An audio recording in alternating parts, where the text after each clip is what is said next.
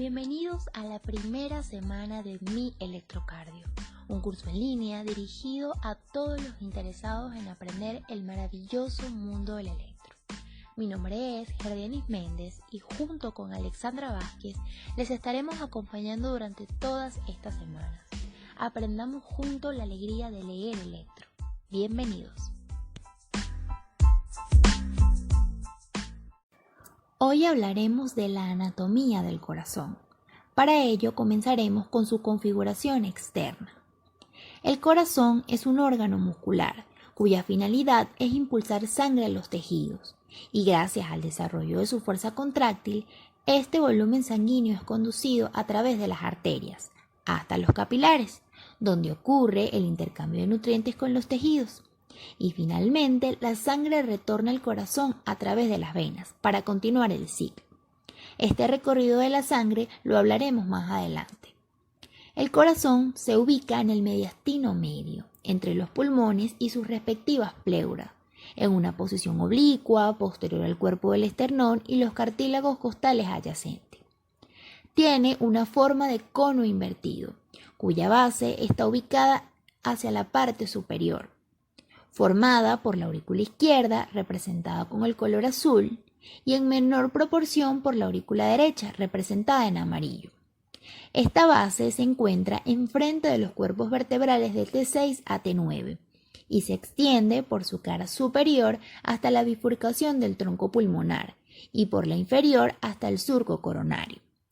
Por otro lado, el vértice del corazón, que se dirige hacia abajo, hacia adelante y hacia la izquierda, está formado por la parte inferolateral del ventrículo izquierdo, representado con el color morado, y yace posterior al quinto espacio intercostal en los adultos. Un dato importante es que el sonido del cierre de la válvula mitral en este lugar es máximo. El corazón tiene 4 bordes. Un borde derecho ligeramente convexo, formado por la aurícula derecha, uno inferior, oblicuo, formado principalmente por el ventrículo derecho, representado en la imagen con el color verde y ligeramente por el ventrículo izquierdo. Un borde izquierdo, representado por el ventrículo izquierdo y ligeramente por la aurícula izquierda, y finalmente un borde superior, formado por las aurículas y orejuelas derecha e izquierda en su cara anterior. La arteria aorta ascendente y el tronco pulmonar emergen de este borde. En cuanto a las caras del corazón, este posee 3. Una cara anterior, formada principalmente por el ventrículo derecho, una cara pulmonar derecha e izquierda, derecha formada por la aurícula derecha e izquierda formada por el ventrículo izquierdo, y una cara diafragmática formada principalmente por el ventrículo izquierdo y parcialmente por el ventrículo derecho. La división en las 4 cámaras determina surcos, y existen 2. Un surco atrioventricular que separa externamente las aurículas de los ventrículos y contiene los troncos principales de las arterias coronarias, y unos surcos interventriculares, tanto anterior como posterior, que separan a los ventrículos derecho e izquierdo y se corresponden con los márgenes del septo interventricular. Entonces, si hablamos de configuración del corazón, debemos incluir a las cavidades cardíacas, que corresponden a atrios y ventrículos, al aparato valvular, del cual hablaremos más adelante, y al esqueleto fibroso. Este es una malla compleja de colágeno denso, que crea 4 anillos fibrosos. Estos rodean los orificios valvulares y tienen funciones importantes. Entre ellas tenemos que mantienen abiertos los orificios de las válvulas auriculoventriculares y semilunares. Así evitan su distensión por el volumen de sangre bombeada a través de esto. También proporcionan inserción a las valvas, al miocardio y crean un aislante eléctrico al separar los impulsos de las aurículas y de los ventrículos, de modo que se contraigan de manera independiente. El corazón tiene 3 tabiques fibrosos, un septo interatrial que separa los 2 atrios, delgado, fibroso, especialmente a nivel de la fosa oval, un septo atrioventricular, que es una porción más corta entre el tabique interatrial y el interventricular, y finalmente un septo interventricular, constituido por dos porciones, una porción membranosa hacia la base de los ventrículos, continuación del tabique atrioventricular, y una porción muscular, que es la mayor parte. Su grosor aumenta a medida que se acerca al ápex.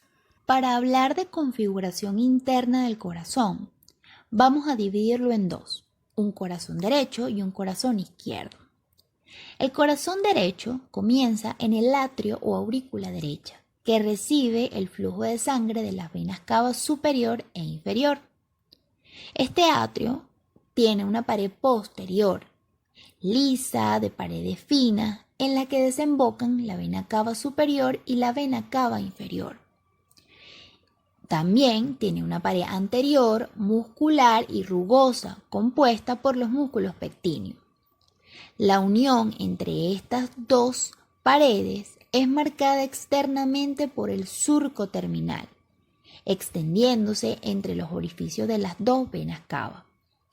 Este se corresponde internamente con la cresta terminalis, que es el sitio de origen de los músculos pectinados. Por la cara septal, en el tabique interauricular, se presenta una depresión llamada fosa oval, del tamaño aproximado de la huella del pulgar, y esta corresponde a un resto del agujero oval y de su válvula fetal. Entonces, esta sangre que llega a la aurícula pasa al ventrículo derecho y lo hace a través del orificio auriculoventricular, en donde se halla anexa la válvula tricúspide. Esta se encuentra dividida en tres valvas, una valva anterior, una posterior y una interna o septal, separadas por tres comisuras e insertas en un anillo fibroso que forma la base del embudo valvular. Las puntas o cúspides de estas tres valvas le han dado su nombre a la válvula tricúspide. Por un extremo, estas se continúan con el anillo fibroso y por el otro con las cuerdas tendinosas, que se insertan en los bordes libres y caras ventriculares de las valvas ya antes mencionadas, de forma parecida a las cuerdas de un paracaídas. Como las cuerdas se insertan en los lados adyacentes de las valvas, estas impiden la separación de estas, así como su inversión cuando se aplica tensión a las cuerdas a través de la contracción ventricular, es decir, en la sístole. En otras palabras, las valvas de esta válvula tricúspide no prolapsan cuando aumenta la presión ventricular. Por esta razón es que las valvas evitan la regurgitación de la sangre desde el ventrículo derecho a la aurícula derecha. Los músculos papilares forman proyecciones cónicas. Sus bases se insertan en la pared ventricular y en las cuerdas tendinosas que salen de sus vértices. En general, existen tres músculos papilares en el ventrículo derecho, anterior, posterior y septal, cuyos nombres se corresponden con el de las valvas de la válvula tricúspide. La cúspide anterior de esta válvula divide la cavidad del ventrículo derecho en dos cámaras, una de llenado o de entrada y una de eyección o salida, que están separadas por la cresta supraventricular y por la trabécula septomarginal. La cámara de llenado es de paredes irregulares, condición dada por las trabéculas carnosas, por la presencia de los músculos papilares y por esta prominencia muscular que es la trabécula septomarginal. La cámara de eyección es de paredes lisas y conduce la sangre a la circulación pulmonar, pasando por el orificio pulmonar. La válvula pulmonar está situada cubriendo este orificio y está constituida por tres cúspides semilunares, derecha, izquierda y anterior. Esta sangre poco oxigenada va a ir a los pulmones, se va a oxigenar y va a regresar a través de las venas pulmonares. Y aquí comienza el corazón izquierdo, con el atrio izquierdo, que es de menor volumen, pero de mayor grosor que el atrio derecho. Recibe el influjo sanguíneo de las cuatro venas pulmonares, dos superiores, dos inferiores y dos correspondientes a cada pulmón. que penetran por su pared posterior. La mayor parte de este atrio es de paredes lisas, excepto en la región de la aurícula, donde se concentran los músculos pectíneos.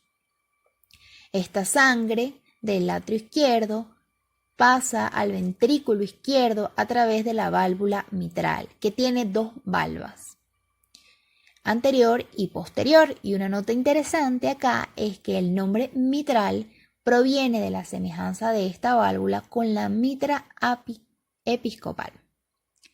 Cada una de las valvas recibe cuerdas tendinosas de más de un músculo papilar que junto a las cuerdas tendinosas le dan apoyo y permiten que resistan a la presión que se genera durante las contracciones.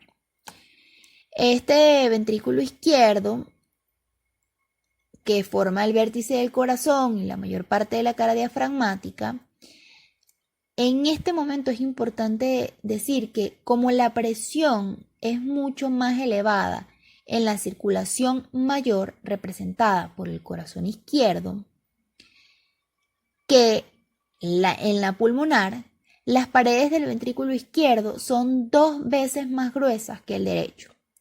Estas están tapizadas por una malla de trabéculas carnosas más finas y numerosas que las del ventrículo derecho y sus músculos papilares anterior y posterior. Si ven la imagen que está en la parte inferior derecha, pueden ver cómo el ventrículo izquierdo, su capa muscular es mucho más gruesa que el ventrículo derecho. Y finalmente, su tracto de salida termina con el orificio aórtico, al cual se insertan las valvas derecha, posterior e izquierda de la válvula aórtica. Y aquí un aspecto que destaca en los senos aórticos de las cúspides derecha e izquierda es la aparición de los orificios de las arterias coronarias respectivas. Ahora hablaremos de la irrigación del corazón. Esta irrigación está dada por las arterias coronarias, tanto la derecha como la izquierda, ambas provenientes de la aorta ascendente, específicamente de su parte proximal. Comenzaremos hablando de la arteria coronaria derecha, la cual se origina en el seno aórtico derecho y discurre por el surco auriculoventricular. Les pido que observen la tabla que está a la izquierda. La arteria coronaria derecha, representada en el color rosado, emite una serie de ramas, comenzando cerca de su origen con una rama ascendente para el nodo sinoauricular, que es la arteria del nodo sinusal, que irriga a este nodo SA. La arteria coronaria derecha desciende luego por el surco coronario y da la rama marginal derecha, la cual se va a distribuir por el ventrículo derecho y el vértice del corazón. Luego, en la unión de los tabiques y paredes de las 4 cavidades cardíacas, nace la rama para el nodo o para la unión auriculoventricular, que es la arteria de la unión auriculoventricular y que por tanto le va a dar irrigación a este. Finalmente se emite la gran arteria interventricular posterior, que desciende por el surco interventricular posterior hacia el vértice del corazón y que va a dar irrigación a los 2 ventrículos y enviar ramas interventriculares al tabique interventricular. Ahora les pido que vean el esquema de la coronaria derecha, delineado con el color rosado. Pueden observar que la arteria coronaria derecha nace e inmediatamente origina la arteria del nodo sinusal, representado como ansa. Esta discurre por el surco coronario y da la arteria marginal derecha, representada como ama. Da un giro hacia la izquierda y emite la arteria de la unión auriculoventricular, representada como AUAB. Y finalmente la arteria interventricular posterior, que está representada como ADP porque también se denomina arteria descendente posterior. ¿Y por qué es importante conocer la distribución de estas arterias? Porque nos va a permitir comprender que la arteria coronaria derecha es la responsable de la irrigación de la aurícula derecha, de casi todo el ventrículo derecho, de parte del ventrículo izquierdo en su cara diafragmática, del tercio posterior del tabique auriculoventricular, del nodo sinusal y de la unión auriculoventricular. Ahora bien, cuando hablamos de la arteria coronaria izquierda, hacemos referencia realmente a un tronco que tiene un trayecto muy corto porque inmediatamente se divide en una arteria interventricular anterior y en una arteria circunfleja. Esta arteria interventricular anterior corre por el surco interventricular anterior hasta el vértice del corazón, donde rodea el borde inferior para anastomosarse con la rama interventricular posterior de la arteria coronaria derecha. Esta rama irriga los dos ventrículos y el tabique interventricular, y en muchos casos esta rama también emite una rama lateral que desciende por la cara anterior del corazón. Por su parte, la arteria circunfleja sigue el surco coronario alrededor del borde izquierdo y llega hasta la cara posterior. Entonces, ahora vamos al esquema de esta coronaria izquierda delimitada por el color morado. Está un TCI que representa el tronco coronario izquierdo, corto, y que se divide inmediatamente en una descendente anterior, porque así también se le denomina a la interventricular anterior, que en algunos casos puede emitir una rama lateral, y por el otro lado la arteria circunfleja, que esta arteria circunfleja puede emitir una arteria marginal izquierda. Entonces podemos concluir que esta arteria coronaria izquierda es la responsable de la irrigación de casi todo el ventrículo izquierdo, de parte del ventrículo derecho, de la mayor parte del tabique interventricular, porque irriga los 2/3 anteriores. Y también, si se fijan, en la arteria coronaria izquierda también está señalada la arteria del nodo sinusal. Y aquí me quiero detener un poco, porque si bien en la mayoría de los casos la arteria del nodo sinusal proviene de la arteria coronaria derecha, como ya lo hemos hablado, específicamente representando un 60% de los casos, existe un 40% en donde esa arteria del nodo sinusal puede provenir de la arteria circunfleja, que como vimos es una rama de la coronaria izquierda.